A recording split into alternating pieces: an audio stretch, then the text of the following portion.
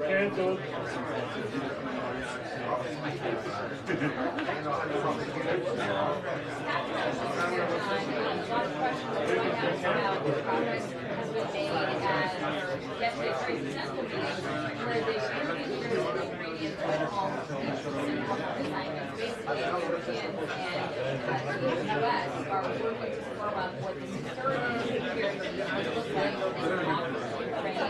Which will help Zelensky sell that home and his possessions that he needs to make as part of the deal terms.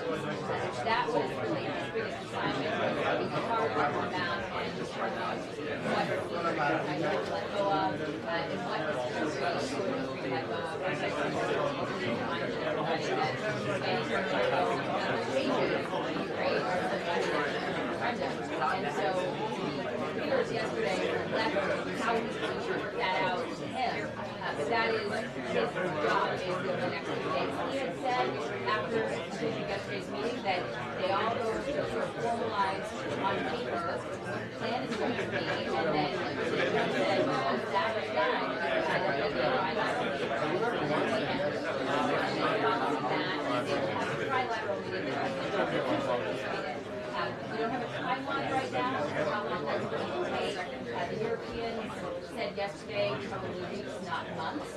President Trump is obviously continuing to light that fire and get things done. He referenced a conversation he had at the table yesterday in that multi-leader meeting, saying he was talking to one of the heads of state or individuals there, didn't specify who, and said, oh, okay, we'll regroup in a couple months or a month or so. And he said, a month.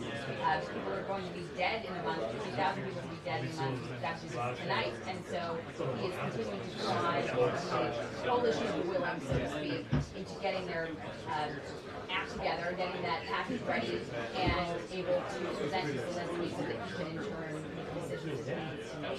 Probably also going to get some questions today on DC crime. We had basically continuing to push back on the president's initiative in a crime in the city, and he was touting the success of that on social media and in his interview on Fox this morning. So I expect he's going to get an update there.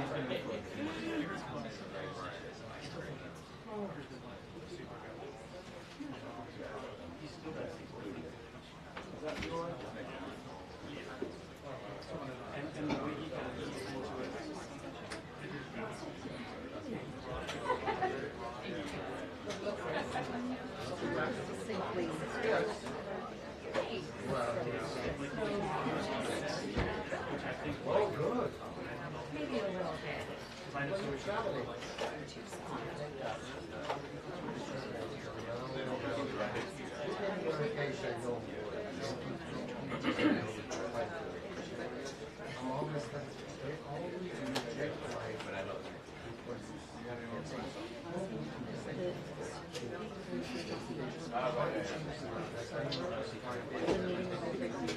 So that was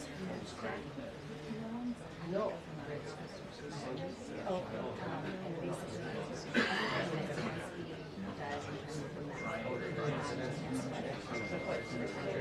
and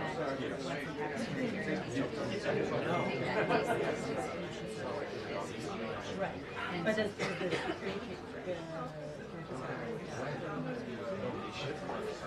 sounds yeah. Because he's not willing to talk about it. Always willing to do that unless he knows what. He's always that position is not going to be right. Were you here when Trump was giving the No.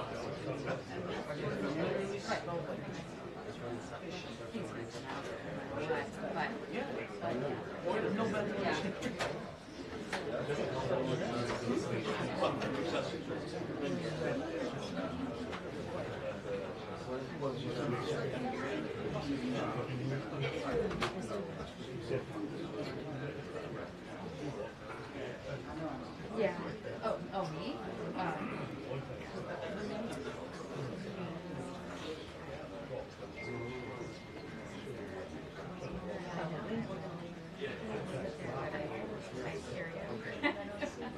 I hang out all the time. Yeah, that's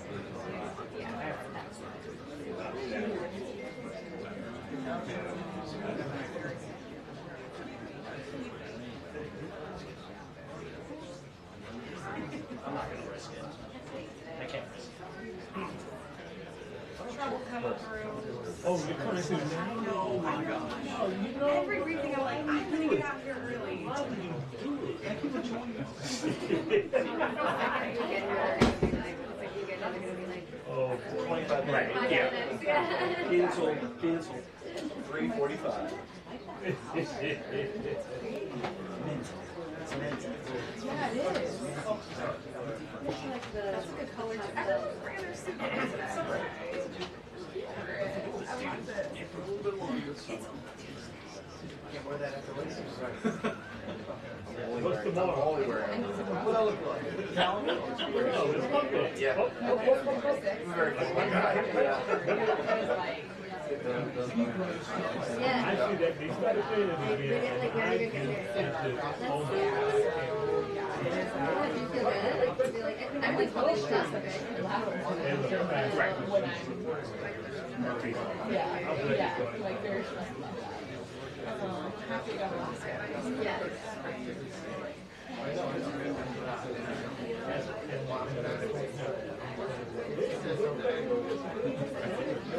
Everybody don't like, they don't like.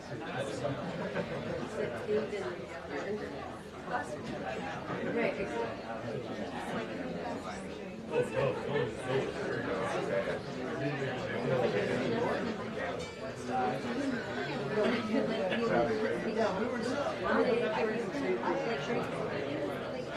I mean, that would be one way to answer.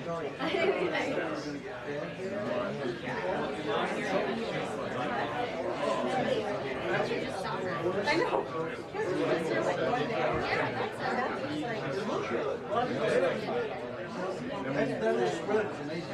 Chicken presentation. I don't know what.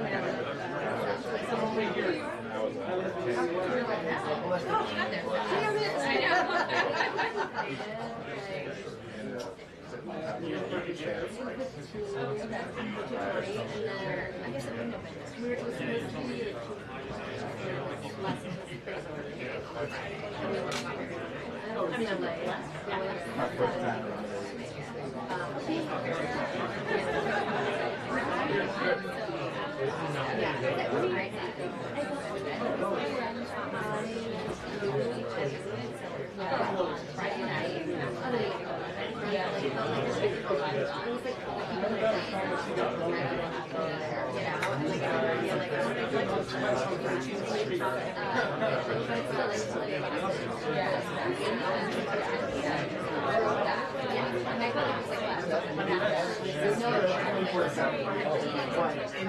This was here, my 15 years so coming around, some blurry goodness.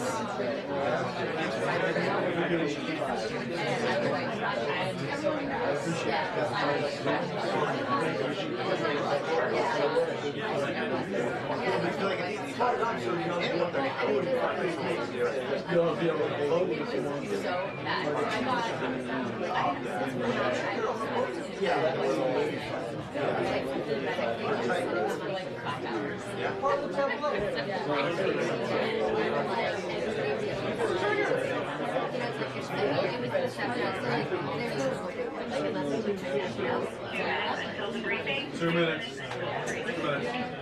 Straighten up and fly right.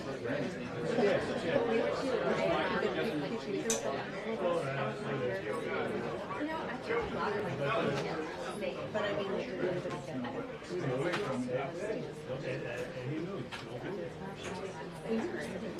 Here you go.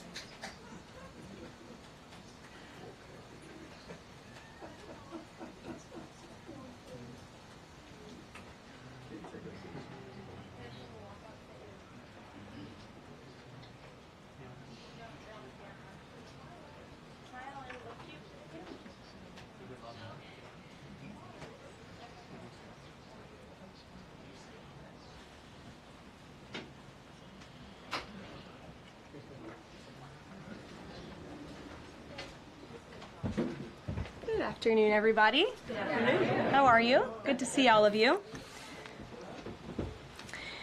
What we've witnessed President Trump accomplish over the last few days has been nothing short of remarkable. We are now 3.5 years into the war between Russia and Ukraine, a brutal conflict that has claimed hundreds of thousands of Russian and Ukrainian lives and cost trillions of dollars. The weakness and incompetence of Joe Biden foolishly allowed the killing to start in the first place.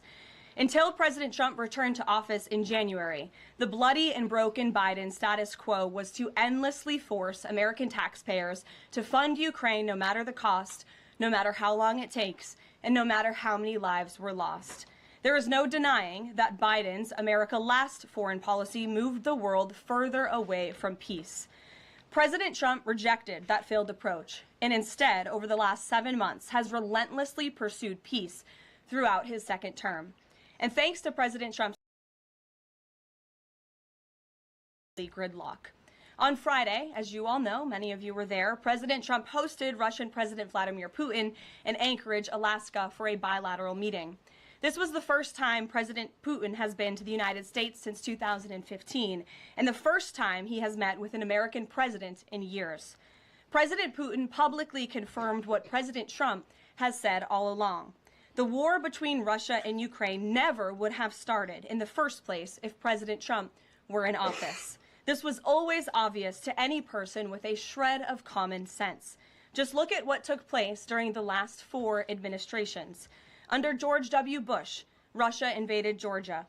Under Barack Obama, Russia took Crimea. Under Joe Biden, Russia invaded Ukraine. But under President Trump, Russia did not invade nor take anything. President Trump is the only president this century, Republican or Democrat, who has held Russia in check and ensured peace in Europe. That's because Russia has always greatly respected President Trump and his peace through strength foreign policy approach. But overall, the bilateral talks in Alaska were very productive, and multiple key points were agreed to between the two leaders that truly opened up the door for Phase 2 discussions, which took place yesterday here at the White House, within 48 hours of that meeting in Anchorage, I may add. As you all know, there were many European leaders here, as well as Ukrainian President Zelensky. They all traveled here to meet with President Trump to maintain the momentum and work toward a lasting peace. Across the board, every leader credited President Trump for his decisive leadership that has reignited the dialogue in hopes of finally bringing this war to a peaceful conclusion. 2 quotes in particular capture the progress that was made and the optimism moving forward. Finnish President Alexander Stubb said, "I think in the past 2 weeks, we've probably had more progress in ending this war than we have had in the past 3.5 years. Again, that is the president of Finland, a country that shares a border with Russia. That's what we call the President Trump effect. NATO Secretary General Mark Rutte also summed it up well. Without President Trump, this deadlock with Putin would not have been broken. He is the only one who could do this."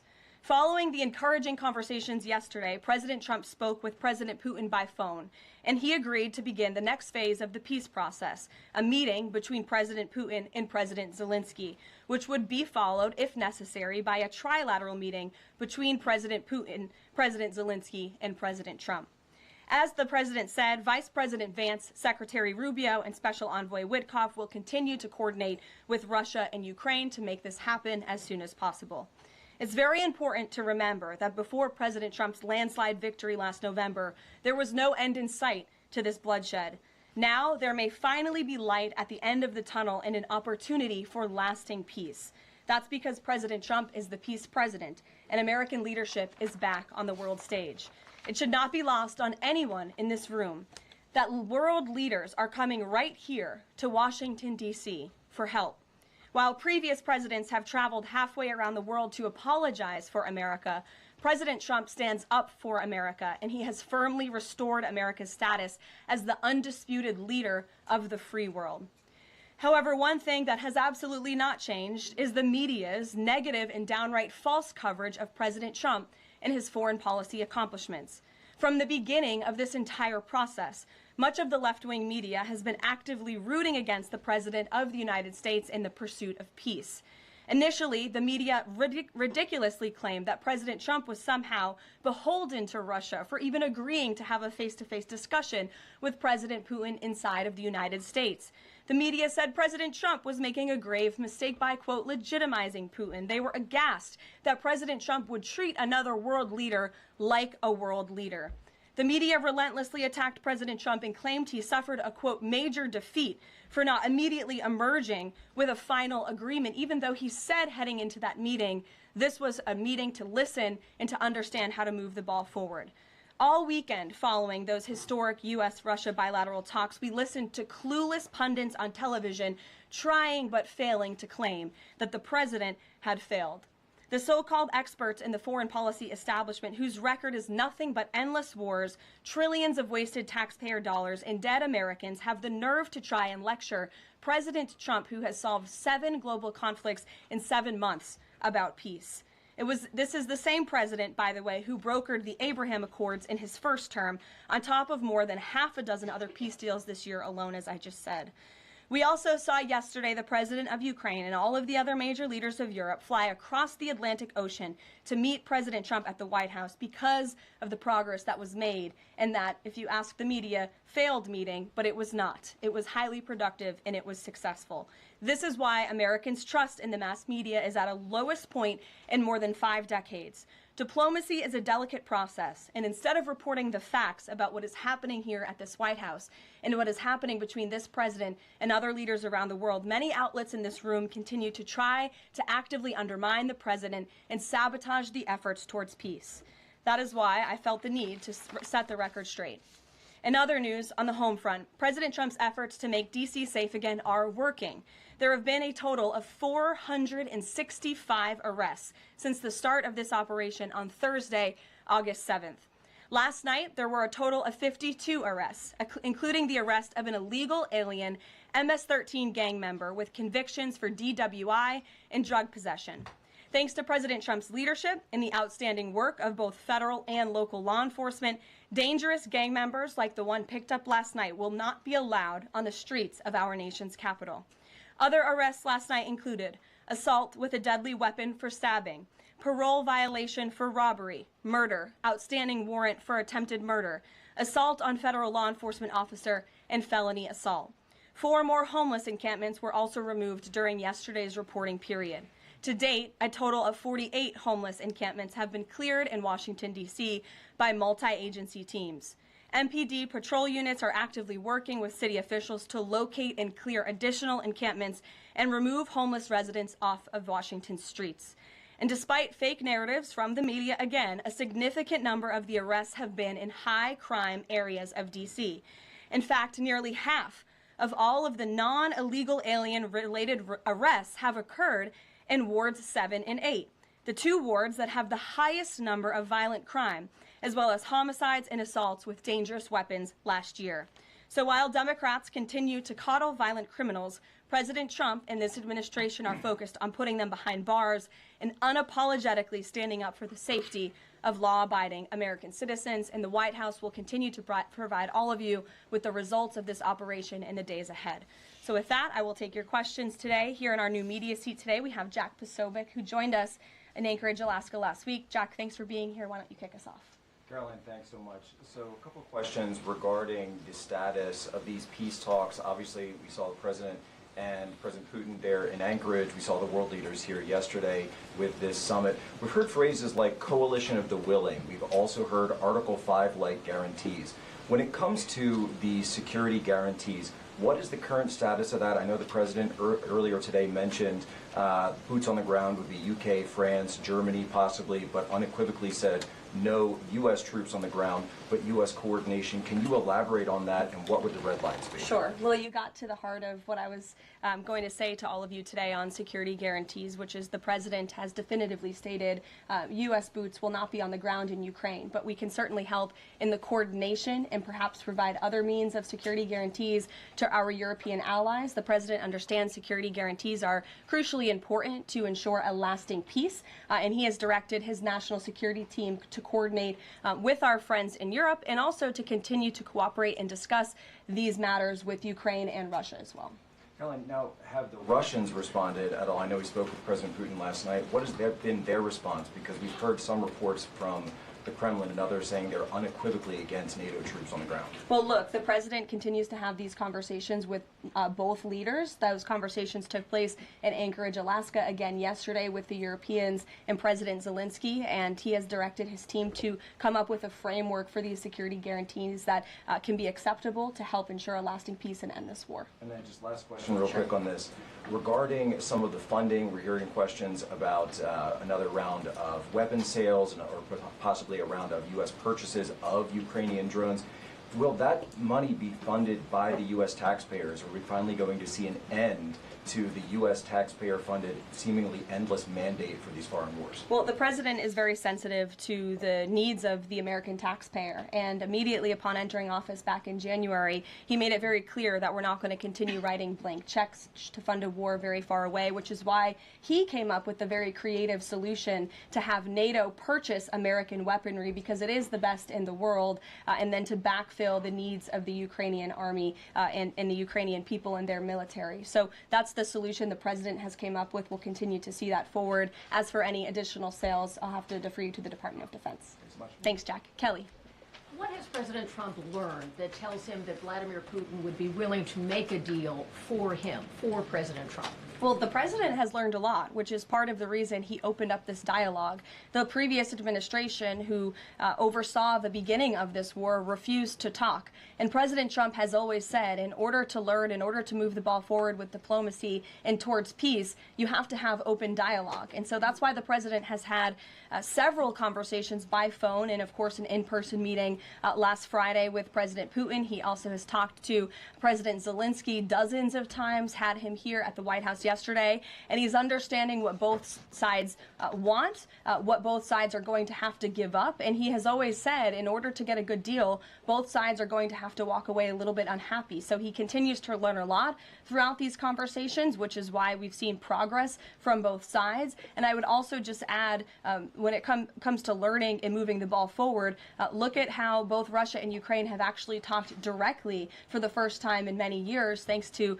the efforts of this president and this administration. Specifically for President Trump, though, what do you think Putin's motivation is to try to do something for President Trump, as opposed to just resolving the conflict? I think, as I just spoke to in my opening remarks, Kelly, Russia and all countries around this world actually respect the United States again. And the president is using the might of American strength to demand that respect from our allies, our friends, our adversaries all around the world. And we've seen that not just lead to progress with Russia and Ukraine, but also we've seen it in the closing of 7 global conflicts around the world as well.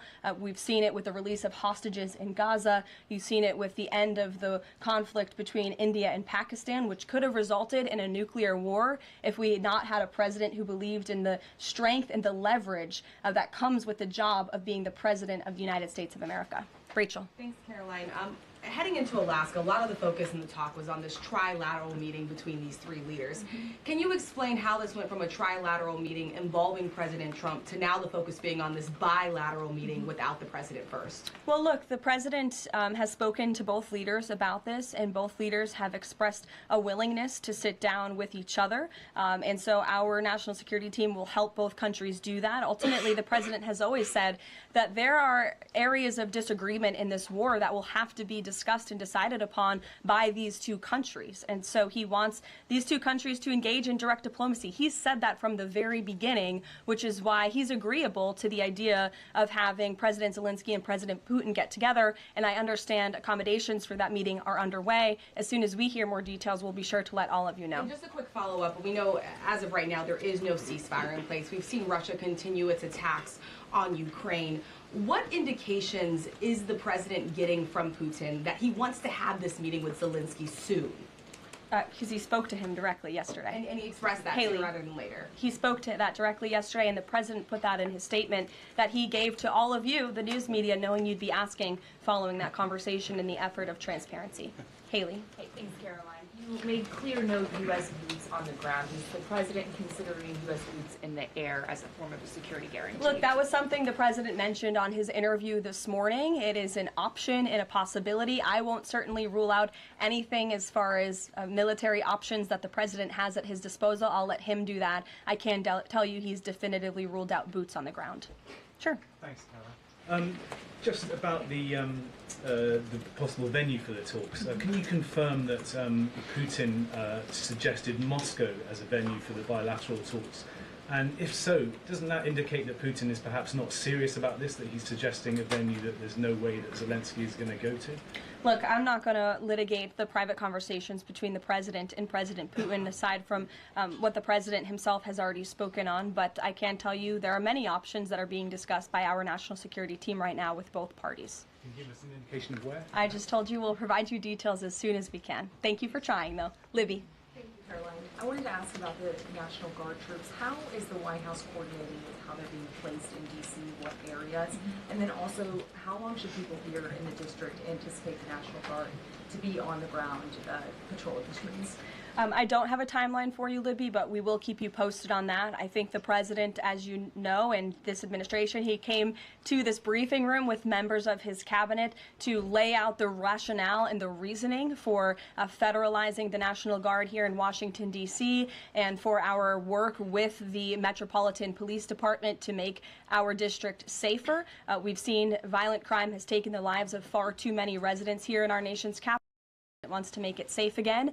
And as for the coordination efforts, this interagency team is meeting and talking daily. In fact, there's a meeting taking place right now in the West Wing with members of the interagency task force to continue to discuss not just the National Guard deployment, but also how we can continue to remove public safety threats off of the streets of Washington, which, as the numbers I just showed you prove, they are doing every single night. I will just reiterate, 465 total arrests and counting since the start of this operation. I believe 11 or 12 days ago. I'll have to check the calendar, but those are pretty remarkable results. If not for this task force and their high level of coordination and the leadership of this president, there would have been 465 more violent criminals on the streets of this capital that you all live in every day. So I think we should all be very grateful for that. Stephen. Thank you, Caroline. 3 questions about the D.C. crackdown. Sure. First, I was wondering if you could clarify something President Trump said. He mentioned getting rid of the slums where criminals live. Was he talking about tents or permanent residential buildings? And then the mayor has expressed an interest in clarifying how much of a focus illegal immigration enforcement is as part of this crackdown. Can you say anything about that? Sure. And third, any preview on the beautification? 3 questions. I'll try to answer all 3 of them pointedly for you.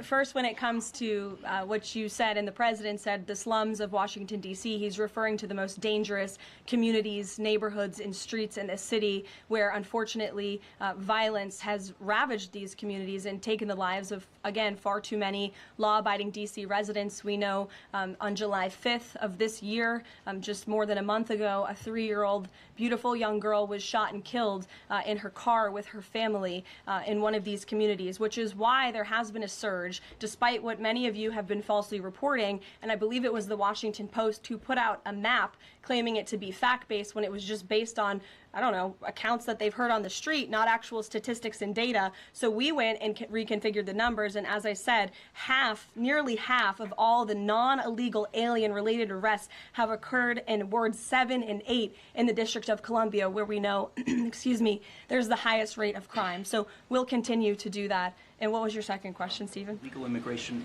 how much of a focus that is? Yeah, look, I mean, the focus is to make D.C. safe and beautiful and to remove public safety threats and violent criminals from our streets.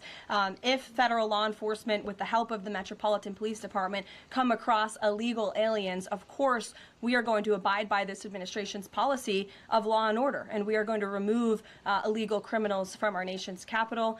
They will be detained and deported, just like they are in every other community across the country. Kristen. First question is, whose idea was it to change the next steps from a trilateral to a bilateral meeting? It was an idea that evolved in the course of the president's conversations with both President Putin, President Zelensky, and the European leaders yesterday. And as you saw, Kristen, with all of those European leaders leaving the White House, including the NATO Secretary General, they all agreed that this is a great first step. And it's a good thing that these 2 leaders are going to be sitting down together, and the president expects that to happen. And how long is Trump willing to wait and operate in good faith for Putin to actually arrange a meeting before he intervenes? Look, the president has put tremendous public pressure to bring this war to a close. He's taken actions, as you've seen, sanctions on India and other actions as well.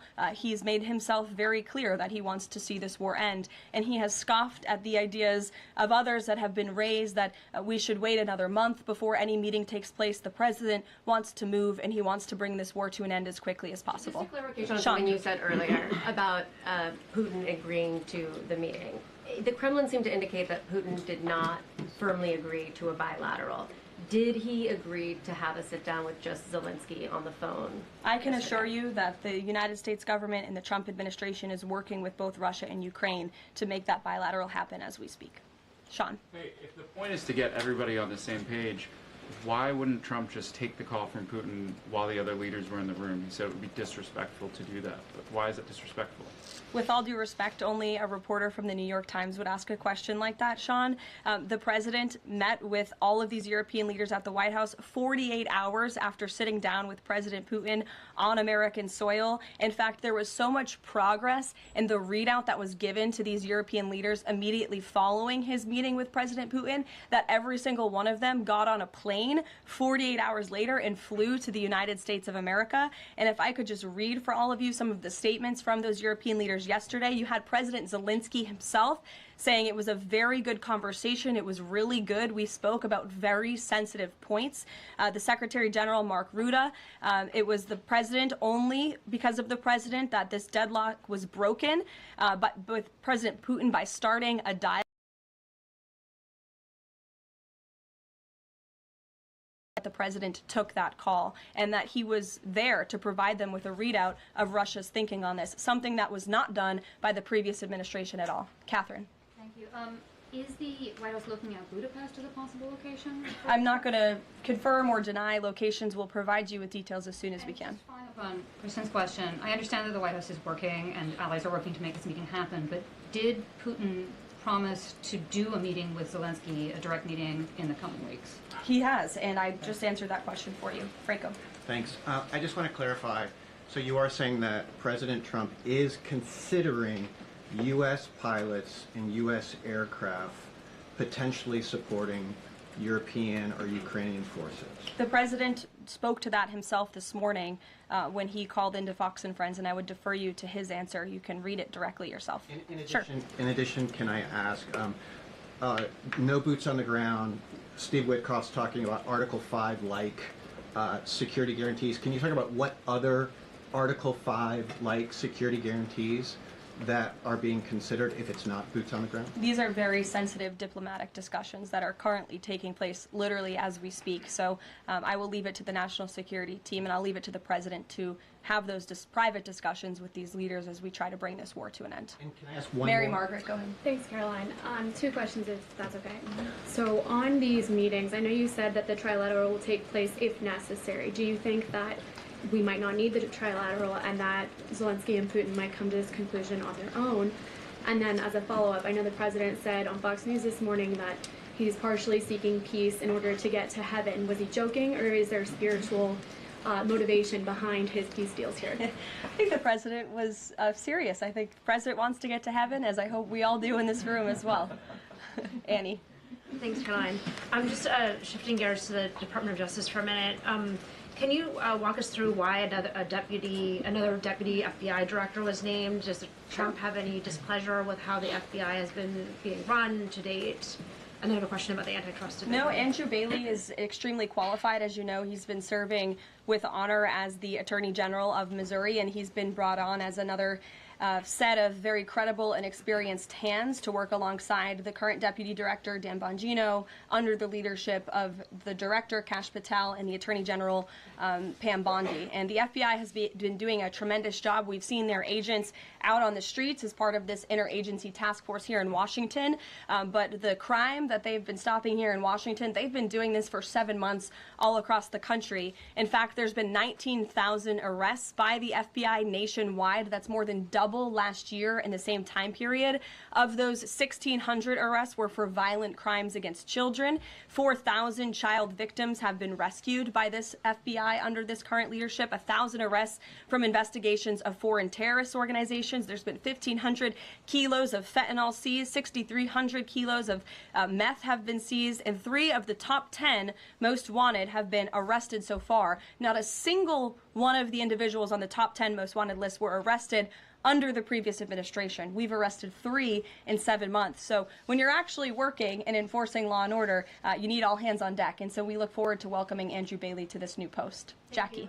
I have a quick question about Roger Alfred, who's a former DOJ official. He gave a speech in Aspen yesterday where he said that senior DOJ aides are cutting deals with favored lobbyists. I'm wondering if the president has any concerns at all with the way the antitrust division is working.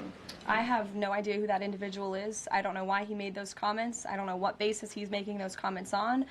My instinct tells me it's not true, but we will definitely look into them and I'll get you a response. Thank you, Caroline. Jackie. Thanks, Caroline. Since the president often says that this war would not have started if he were in office, and True. and Putin confirmed that. It's true. Do you accept that as true? The Probably. European leaders do.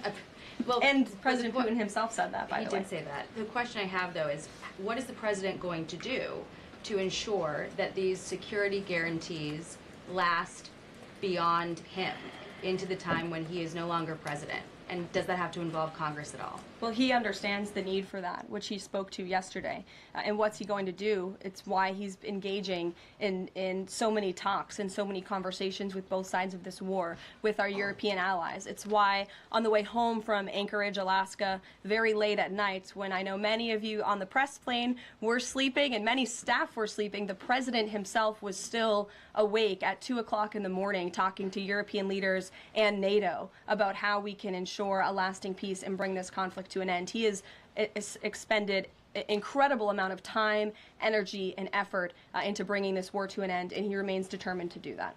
Also, can Go I ask ahead. you about the Go ahead. Thank you, Caroline. DC crime? Sure, Jake, and then to your right. All right. Thank you, Caroline.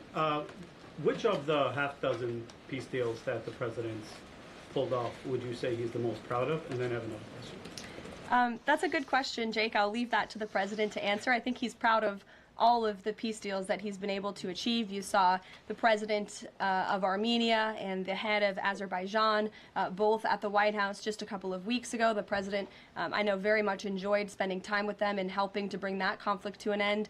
He very much enjoyed his time with leaders of Rwanda and the Democratic Republic of the Congo in the Oval Office, talking to them about bringing that decades-long war to an end. India and Pakistan.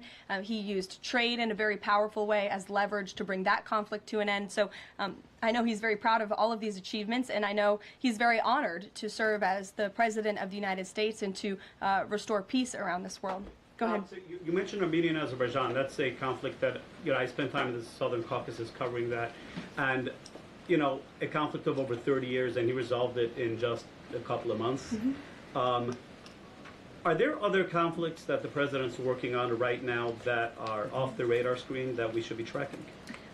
In fact, there are many. The State Department is always working around the clock under the leadership of Secretary Rubio and keeping the president apprised of conflicts that are bubbling up all over the world. But of course, as you all know, as we've talked a lot about in this briefing, he's spending a lot of time right now on ending this war in Russia-Ukraine, and of course the conflict in Israel and Gaza, which he wants to see come to a close as well. Sure, go ahead. So the president says that he's starting a movement to eliminate mail-in voting, but states administer elections, not federal authorities. So can you provide any more details about how the White House plans to eliminate that? The White House continues to work on this, and when Congress comes back to Washington, I'm sure there will be many discussions with our friends on Capitol Hill and also our friends in state legislatures across the country to ensure that we're protecting the integrity of the vote for the American people. And I think Republicans generally, and the president generally, wants to make it easier for Americans to vote and harder for people to cheat in our elections. And it's quite mind-boggling that the Democrat Party could stand in opposition to common sense. He wants to ensure election integrity. There were great efforts that were made in 2024. I won't get ahead of myself for Hatch Act reasons to get ahead for the next election, but I can assure you this is a priority for the president. Go ahead. If I could just follow up on your comments about Gaza. Sure. There was a ceasefire proposal put forward by both Qatar and Egypt. Hamas accepted it on Monday. Israel has yet to officially weigh in. I'm wondering if the U.S. was at all involved in it, if it's supportive of it, and whether or not the president believes Israel should accept it. I don't think it's a coincidence that Hamas accepted this proposal after the President of the United States posted a very strong statement about this conflict on Truth Social yesterday. I would refer you back to that statement. As for this proposal that Hamas has now accepted, the United States continues to discuss it, and I'll let the President weigh in on it definitively. You're welcome. Sure. Caroline, can you describe the president's perspective on taking a stake in Intel in exchange for federal grants? And is this are we expecting to see the White House make similar arrangements with other semiconductor companies and manufacturing companies? Well, the president, he's been very clear about the need to reshore manufacturing that's critical to our national and economic security. That is especially in regards to chips and semiconductors, which is why the president has initiated the Commerce Department to conduct a study on semiconductors, a Section 232 investigation, so we can ultimately implement tariffs. And it's why our export license requirements remain in place as well. As for this 10% government stake deal, the Department of Commerce continues to work on it. I know Secretary Lutnick is working on it and ironing out the details, but the president wants to put America's needs first, both from a national security and economic perspective. And it's a creative idea that has never been done before to ensure that we're both reshoring these critical supply chains while also gaining something of it for the American taxpayer. You're welcome. Emily. Thanks, Caroline. I wanted to ask about the 3 U.S. warships that are being sent to Venezuela, and there's 4,000 Marines on board. Are you looking at possibility of boots on the ground there? What I will say with respect to Venezuela, President Trump has been very clear and consistent. He's prepared to use every element of American power to stop drugs from flooding into our country and to bring those responsible to justice. The Maduro regime is not the legitimate government of Venezuela. It is a narco-terror cartel. In Maduro, it is the view of this administration, is not a legitimate president. He is a fugitive head of this cartel who has been indicted in the United States for trafficking drugs into the country. And with that, I will leave you all, and we will see you later, if not tomorrow. And I look forward to taking more of your questions. Thank you. Thanks, Caroline. Thank you.